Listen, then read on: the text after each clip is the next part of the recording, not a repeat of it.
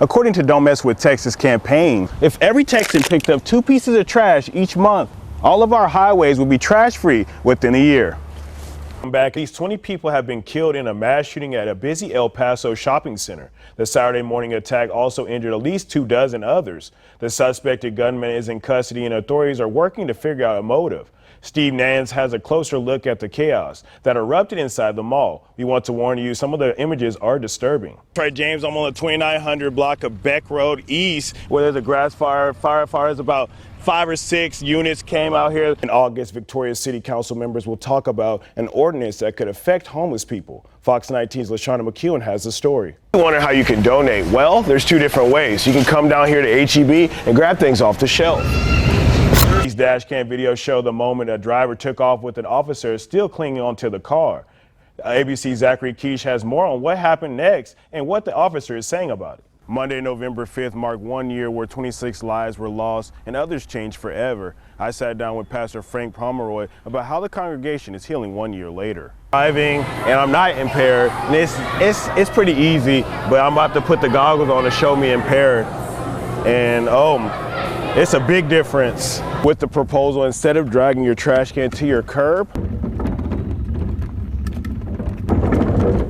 we all have to bring it to one side of the street. In the heat of summer, how can we keep our pets safe? Alexander Kent has the story. And let me step out of the way and show you something. And while you're remembering those veterans with the pavers, you can come over here, play musical instruments, have a little fun with your family. So Crossroads, come on out here to Cuero to have some fun and remember those who fought for your freedom.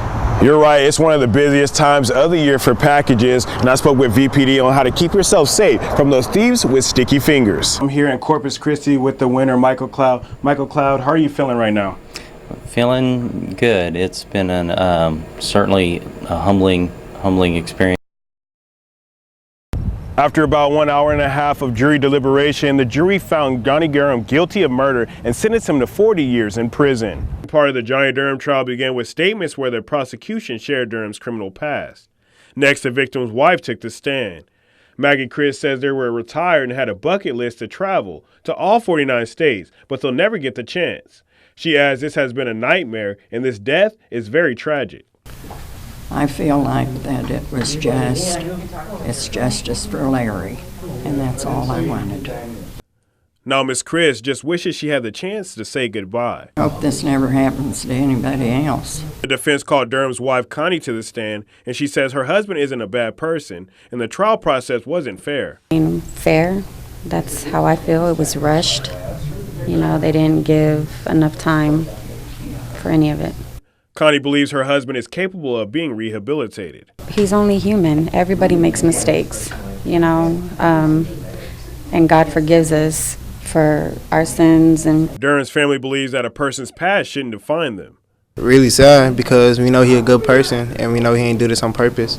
Durham's wife adds the family's going to stick by his side through this difficult time. We're still going to be here beside him and stand behind him 100%. You know, that's my husband. I love him and I'm going to back him up no matter what.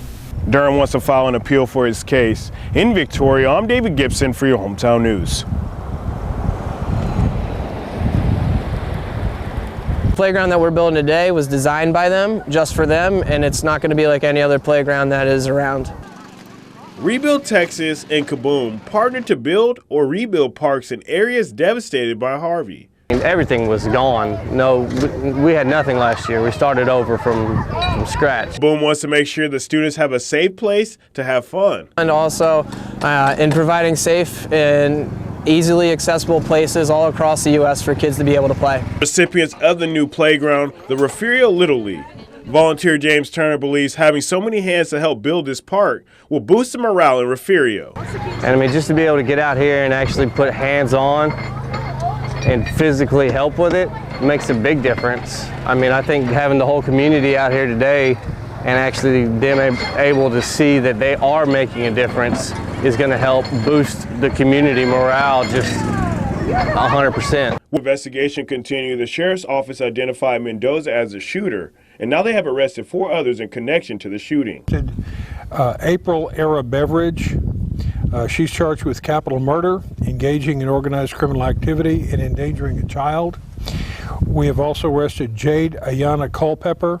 She's charged with capital murder, endangering a child, and engaging in organized criminal activity. We've arrested a Jose Ignacio Hernandez, capital murder, endangering a child, assault, burglary of a habitation, theft of a firearm, and engaging in criminal activity. And we've also arrested a Joseph Brian Segura, aggravated assault with a deadly weapon, deadly conduct, engaging in organized criminal activity, and endangering a child. Captain John Poppy says there has been bad blood between the parties. Yes, it was a dispute over allegations that money was owed by one party to the other. The amount of $60 has been said. To our knowledge, that is correct. And it just sort of spiraled from there. There are a lot of different elements to this, but it began over a dispute over money. Happy as they believe the suspects planned this attack and Cortinez was baited over to the area before the shooting. Breonna Bexley, who was shot one time and injured, says in a statement that her recovery is going well and the others being arrested made her feel safer knowing they're behind bars and can't hurt anyone else. Captain Poppy says the investigation is ongoing and there'll be additional arrests made in the future, but there's no timetable as to when.